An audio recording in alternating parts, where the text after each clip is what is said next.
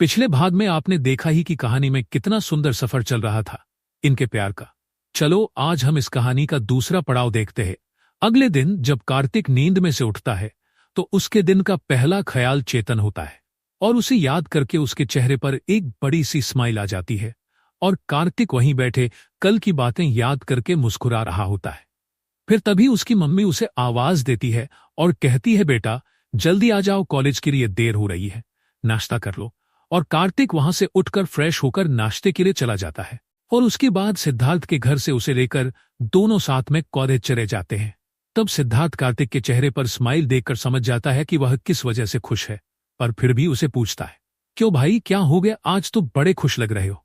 तभी कार्तिक बात को टालते हुए बोलता है, नहीं ऐसा कुछ नहीं है, चलो जल्दी, हमें लेट हो रहा है। तब सिद्धार्थ उसे कहता है, ओ बेटा अब तू मुझसे बातें छुपाएगा, बोल उसी के बारे में सोच रहा था ना। और सिद्धार्थ हंसने लगता है तो कार्तिक भी शर्मा जाता है और फिर दोनों दोस्त बातें करते करते कॉलेज पहुंच जाते हैं। कॉलेज के अंदर जाते ही कार्तिक को चेतन कैंपस में खड़ा हुआ दिखाई देता है। वह अपने दोस्तों के साथ बातें कर रहा था और फोन चला रहा था। चेतन को देखकर कार्तिक को अच्छा महसूस होता है। व्हाइट कलर की टी शर्ट और ब्लैक जीन्स उस पर काफी जच रही थी और वो उसे ही देखे जा रहा था। जब चेतन की नजर कार्तिक पर जाती है तो वह स्माइल करके हाथ दिखाने वाला होता है, पर कार्तिक चेतन की नजर उस पर पड़ते ही तुरंत अपनी नजर दूसरी तरफ घुमा लेता है और तेजी से क्लास के अंदर जाने लगता है। उसे ऐसा देख फिर से चेतन को अजीब लगता है। मन में सोचता है, यह लड़का ऐसे बिहेव क्यों करता है, और अगर करता भी है तो सबके साथ करता है या सिर्फ मेरे साथ करता है। तब चेतन का एक दोस्त चेतन से पूछता है कि क्या हुआ भाई, क्या सोच रहे हो।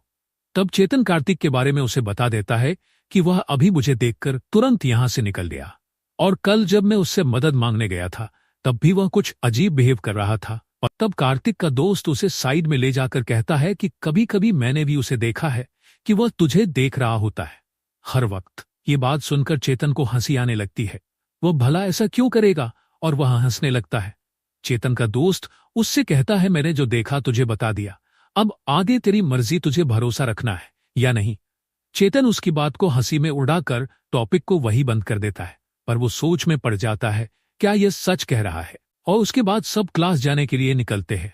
वहीं तेजी से क्लास के अंदर आकर बैठ जाने से कार्तिक की सांस फूलने लगती है और वह एक जगह बेंच पर बैठ जाता है। और सिद्धार्थ उसके पीछे से आकर कहता है कि तू ऐसा भागते हुए क्यों आ गया था। तो कार्तिक कुछ नहीं कहता है और पानी की बोतल निकालकर पानी पीकर बुक्स निकालकर बैठ जाता है। अपनी इस हरकत पर कार्तिक को खुद को हंसी आने लगती है और वह मन में ही, आई लव यू चेतन, कितने क्यूट लग रहे हो आज तुम, भगवान प्लीज, यह और उसकी यादों में खो जाता है। कुछ देर बाद ही क्लास में चेतन और उसके दोस्त आ जाते हैं और इस बार चेतन ऐसी जगह बैठता है जहां से वह कार्तिक को आसानी से देख सके। कार्तिक को इस बात का जरा सा भी अंदाजा नहीं था कि चेतन वहां क्यों बैठा है और कार्तिक हमेशा की तरह छुप छुप के चेतन को देखे जा रहा था। पर इस बार चेतन कार्तिक पर ध्यान दिए हुए था और पूरे दिन भर में उसने नोटिस किया कि कार्तिक का सारा ध्यान हमेशा उसी पर रहता है। कभी कभी दोनों की नजरें भी टकरा जाती है, तब कार्तिक तुरंत ही नजरें घुमा लेता।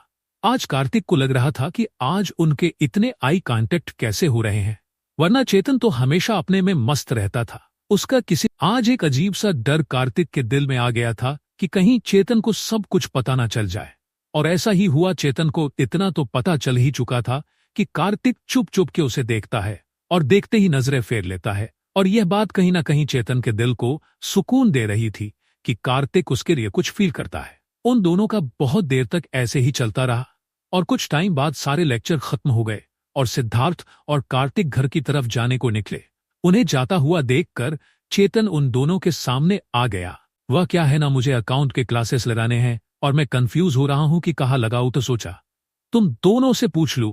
तो सिद्धार्थ बोलता है, नहीं फिलहाल तो हमने भी नहीं लगाई है, जैसे ही हमें किसी अच्छी क्लासेस के बारे में पता चलता है तो हम तुम्हें जरूर बता देंगे। और दोनों इसी टॉपिक पर बात करने लगते हैं।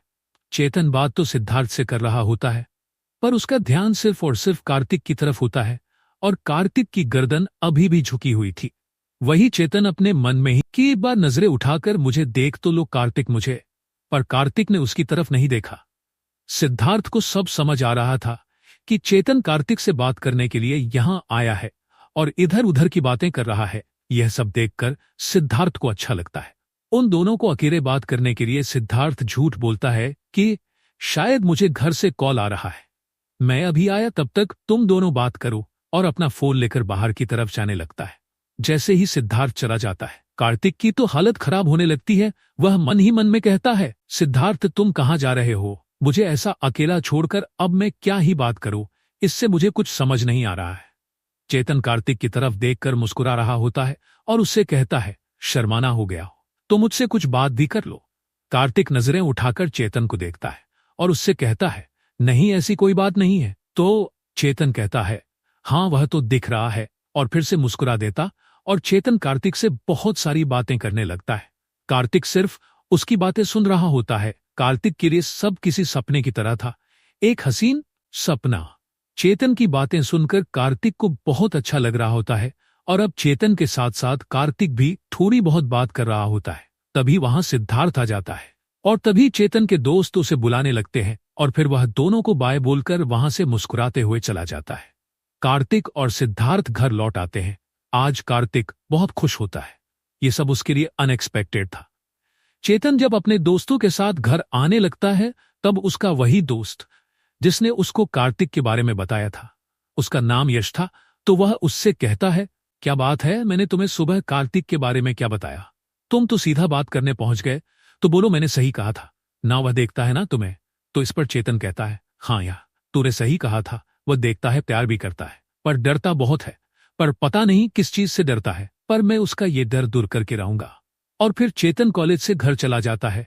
वह रास्ते भर में सिर्फ कार्तिक के बारे में सोच रहा होता है, बार बार उस वक्त के बारे में सोचता है जब उसने कार्तिक से बात की थी और कार्तिक उसके तरफ देखकर मुस्कुरा रहा था, उसे भी कार्तिक पसंद आने लगा था। वह मन ही मन में कहता है, ऐसी क्या बात है कार्तिक तुम में जो मुझे तुम्हारे करीब आने के लिए मजबूर कर रही है? मैंने तो कभी किसी के लिए ऐसा महसूस नहीं किया था आज तक। और चेतन मुस्कुरा देता है। चेतन को बहुत से लड़कों ने और लड़कियों ने प्रपोज किया था, पर वह सबको कोई ना कोई रीजन देकर मना कर देता है। पर कार्तिक के पास वह खुद जाकर पहुंचा। उसने उससे बात की। यह चेतन की जिंदगी में पहली बार हो रहा था। और अगर कहानी अच्छी लगी हो तो लाइक, शेयर और कमेंट करना ना भूले। इसके साथ चैनल को सब्सक्राइब भी करना।